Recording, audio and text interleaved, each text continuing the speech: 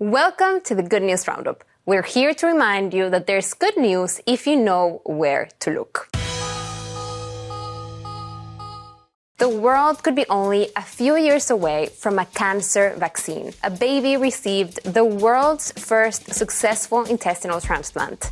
And new research says transplanted livers can keep going for more than 100 years. If you have always wanted to move to Spain, a new digital nomad visa could let you stay there for 5 years. And the number of below the poverty line in India has halved in a 15-year period. We also look at a very special Parisian dancing studio.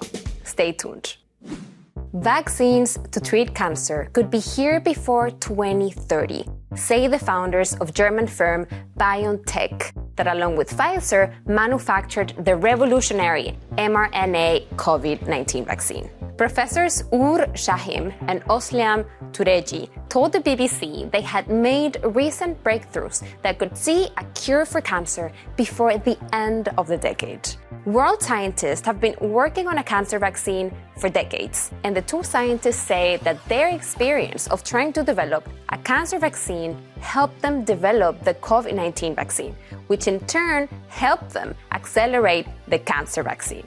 Researchers also think the rapid development of COVID-19 vaccines revealed the possibilities of mRNA vaccine technology, and that the development of the shot in record time also opened the way for regulators to speed up the process of vaccine approvals. These will also help us accelerate any cancer vaccine. A 13-month-old Spanish baby girl called Emma has received the world's first intestine transplant through an asystolic donation from a donor at the end of their life. 30% of intestine transplant candidates die on the waiting list, and there are very few young donors. On top of that, the asystolic technique had not been previously used for the intestine because it was thought it was not possible. Hay pocos donantes en edad pediátrica y mucho más para estos receptores que pesan apenas 3 kilos cuando necesitan el órgano. De manera que decidimos, en paralelo estaba evolucionando de manera exponencial la donación en asistolia, que es la donación después de la parada cardiocirculatoria en España, y nosotros veíamos como para todos los órganos sólidos, digamos que la asistolia era una solución a la falta de donantes, excepto para el intestino. The baby is now in perfect condition at home with her parents. Creo que es importante insistir como directora de la ONT en lo que representa este trasplante, lo que ha representado para Emma, pero lo que va a representar este trasplante para muchos niños en España y en otros países del mundo, porque realmente estamos hablando de un hito.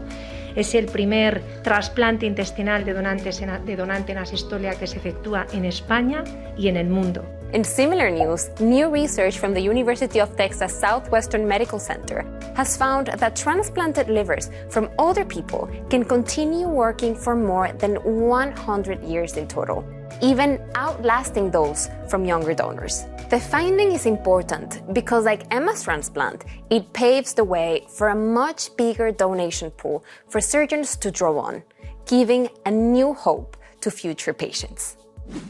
If you have always wanted to live in Spain, a new digital nomad visa could let you stay there for 5 years. Spain could soon introduce a digital nomad visa that would give non-European nationals the chance to live and work in the country for up to 5 years. They want to attract and retain international and national talents by helping remote workers and digital nomads set up in Spain. If the visa, which could be introduced as soon as January next year, is approved, the country will join a number of other European nations that have introduced some form of digital nomad scheme in the last few years, including Italy, Greece, and Croatia.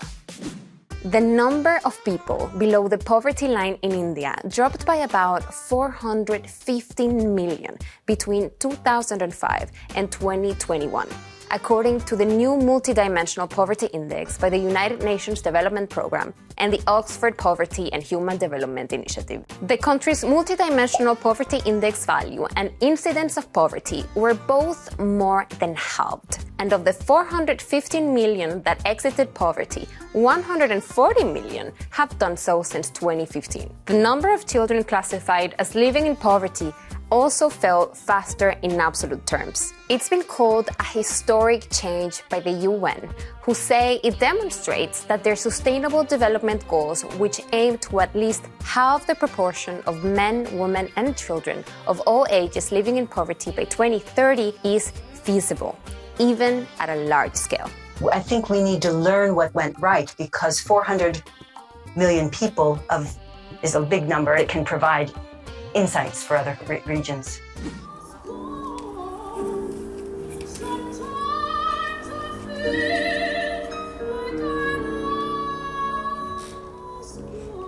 La danse m'a vraiment réconciliée avec ce corps et du coup m'a fait prendre conscience que j'avais un corps entier, parce que souvent quand on est paraplégique on ne sent pas le bas et du coup on a la sensation d'être coupé en deux. Par contre la danse, ça m'a vraiment permis de rattacher les jambes avec le tronc, parce que en danse on touche son corps, on touche vraiment toutes les parties du corps. Le partenaire peut aussi toucher le corps. C'est différent, ça bouge différemment, mais on retrouve cette même liberté qu'une personne valide. Cathy Mepuy, a dancer and choreographer, founded the dance company La Possible Échappée in 2007. She says she prefers to avoid the terms such as inclusive dance or adaptive dance. Ce qui est bien dans l'art, c'est qu'on peut retrouver son âme d'enfant.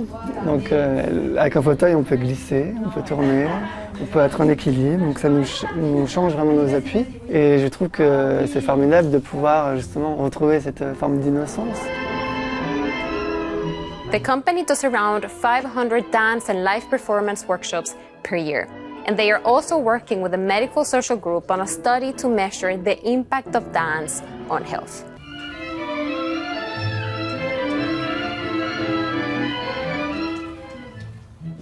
If you enjoyed this all-positive roundup, like this video and share it with your friends. And remember, it can be hard to find among the headlines, but some news can be good news.